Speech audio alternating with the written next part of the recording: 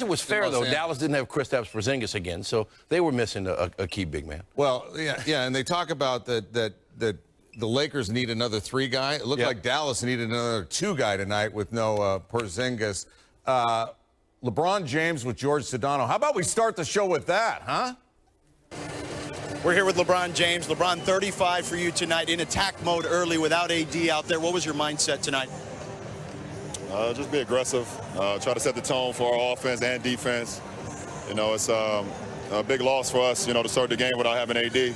And nobody can make up for what he do, both offensively and defensively. So we all had to pick up our individual games, and it's a good whirlwind for us. Kuz had 24 and 6 in AD's absence. How do you feel he fared tonight? What was the best part of his game? His patience. Got his shot going early. Continue to be patient. You know, he's still such a young player, but he's continued to learn and getting better and better with every minute, every second that he's out on the floor. So we needed that boost from him with AD out. LeBron, in your illustrious career, we're at kind of the milestone level now. Last time we spoke, you were 9th on the assist list. Tonight, you passed Michael Jordan, 4th on the field goals made list. What does that stuff mean to you right now?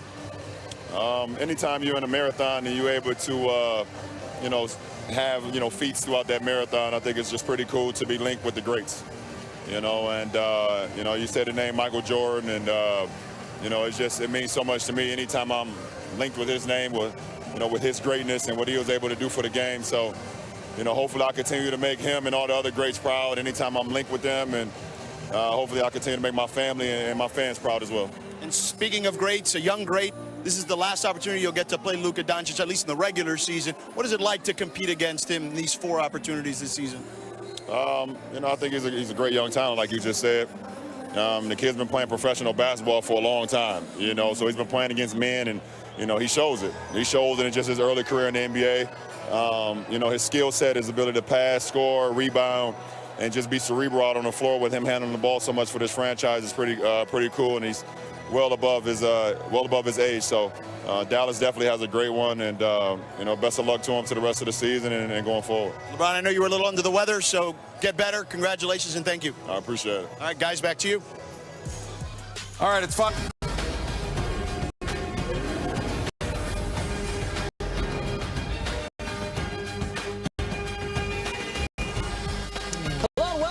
SportsCenter Lakers, driven by your Southern California Honda dealers, Chris McGee, Mike Bresnan, James Worthy, Robert Ory. The Lakers win their 7th in a row on a night where AD does not play. They win the season series with the Mavs 3-1. And all the talk the last couple of days, Luka versus LeBron. Well, Rob, LeBron absolutely dominated, 35 points. Season high 16 rebounds, 7 assists, only 32 minutes. That's doing work. That's efficiency at his best. Think about it, he was in attack mode. You know, sometimes he could sit back and shoot those threes, but tonight he went out, was in attack mode, getting to the hole, getting to the paint, being very active. You know, the thing that's not going to get talked about is what he did in that zone. I was very impressed with him playing center in that zone and being active defensively, talking to people, getting people involved in defense and keeping them engaged, because it's hard sometimes when you're not used to playing the zone. You have to have someone in the back line of that defense talking to everybody. And he was playing out of position, too, because the bigs were in foul trouble tonight. Big game. When you hear that line 35, 16, and 7, that takes some guys a week. 32 minutes. Yeah, don't compare Luka to me yet. You know what I mean? Still his league, big game. He's 20, and I'm still decaying around him. But, yeah, I mean, you know, in the absence of AD, LeBron he's proven that he knows how to lead, and he knows how to do whatever the team needs. But I thought the small ball, we got a good look at what small ball could possibly look like with Kuz in the starting lineup. And, you know, they did a pretty good job all over tonight. I just was impressed with how they attacked early and never let up. That was a good sustain. So let me get this right. No AD tonight. And all the Lakers do in the first half is score 79 points. The most they've had in the first half since 1989. Guys, that was 31 years ago. Big game. That was amazing. I don't even know what I was doing in 1989. You were dominating Buckley High School. I was. And Big Game was playing for the Lakers. I was dropping numbers. You were going to Alabama as a freshman.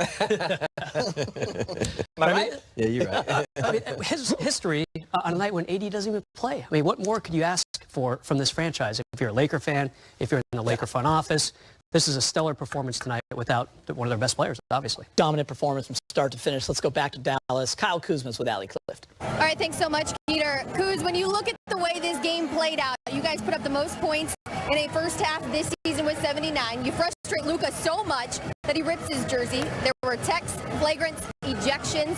What was the key for you guys to close this one out? I think Avery Bradley set the tone for us on Luka.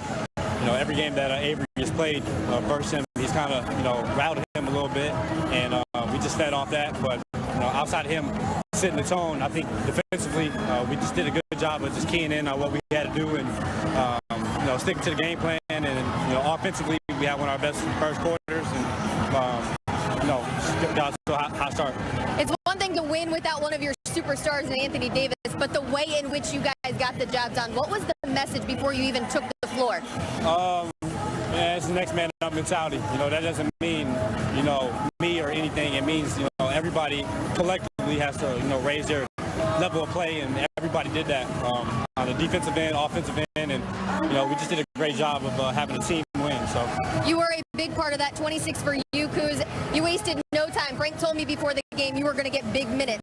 You found that rhythm early. What were you seeing offensively? I just feel like anytime I get big minutes, I'm a rhythm player, and when I have a chance to continue to get a rhythm, my game shows. How do you keep this rhythm going as a team against a Thunder squad tomorrow night who's been playing very well? Thunder been playing great. Three dynamic guards they have, and for us it's all about the defensive end. It's a quick trip back to back, but can't make no excuses, and we just got to get it done. Kuz, I appreciate your time. Yeah, thanks.